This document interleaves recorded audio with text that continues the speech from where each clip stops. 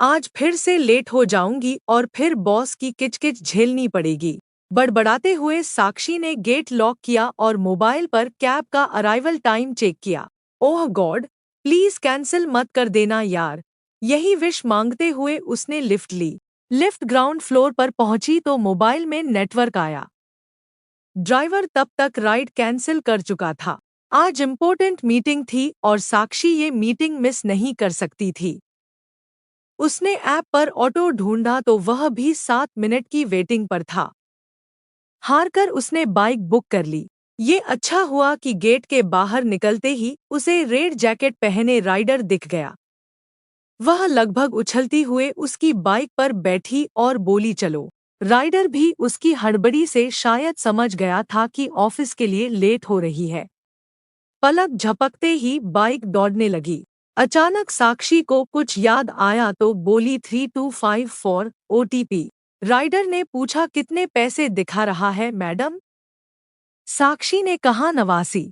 Rider बोला कि आप मुझे 80 रुपये UPI कर देना और डेस्टिनेशन बता दो।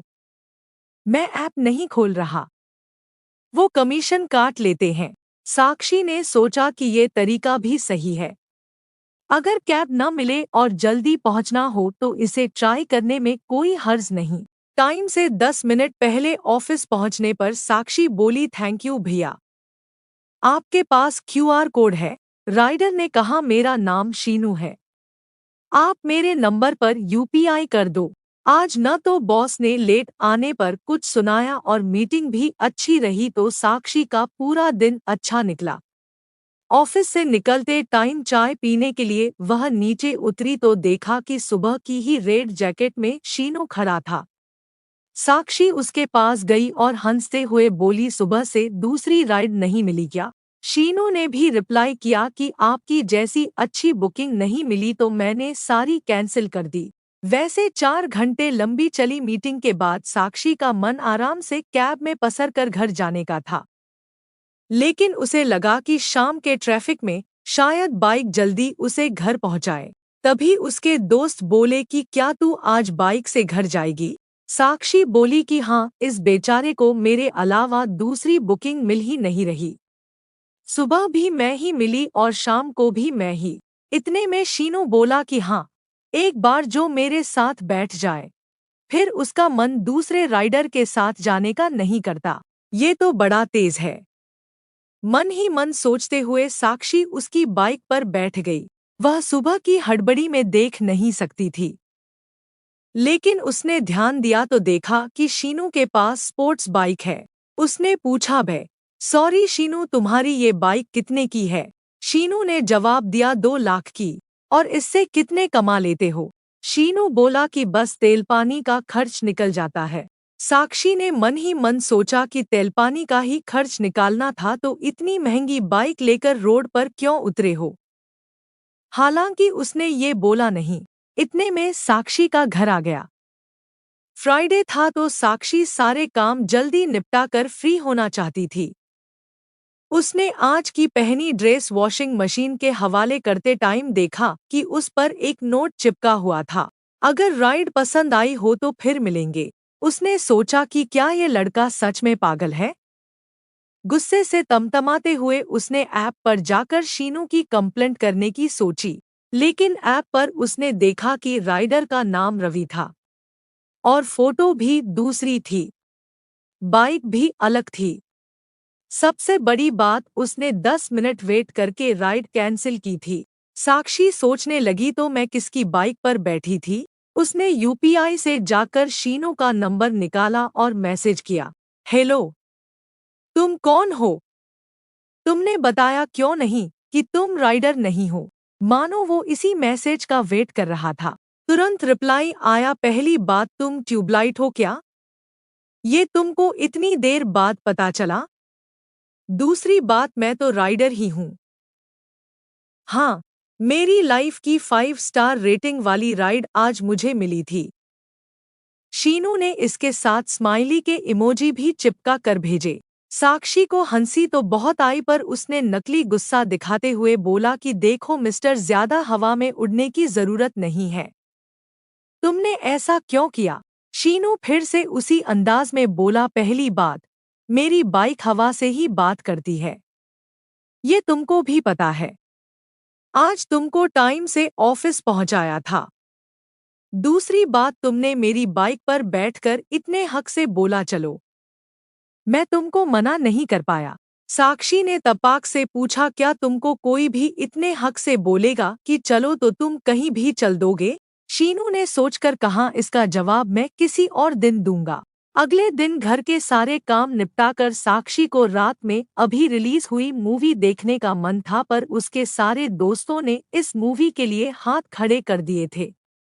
उसने कुछ देर सोचा कि क्या शीनू के साथ मूवी देखी जा सकती है, फिर खुद को ही जवाब भी दिया कि हाँ, अगर उसने हाथ टच किया तो उसकी छुट्टी, अगर नहीं तो फिर सोचेंगे। उसने बहुत सोचकर शीनू को मैसेज किया, मूवी देखने का मन था, पसंद की राइड ही नहीं मिल रही, लगता है पूरी शाम बेकार जाएगी। शीनू का फट से जवाब आया, पसंद की राइड या पसंदीदा राइडर? साक्षी बोली, राइडर से जितना पूछा जाए उतना ही जवाब दे, वरना रेटिंग गिरने का रिस्क है।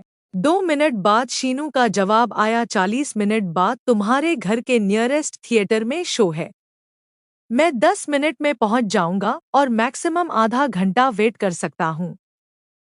No waiting charge. बस ध्यान रहे कि मैं फर्स्ट सीन मिस नहीं करता।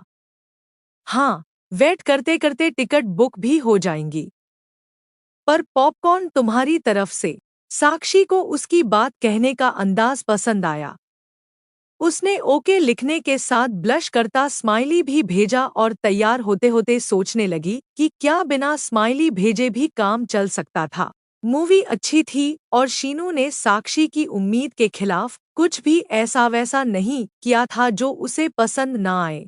मूवी जाते वक्त साक्षी ने एक स्पॉट शीनू को दिखाया था और कहा था कि 1-2 बार यहाँ खड़े लड़के यहाँ से उसके घर तक उसके पीछे आए।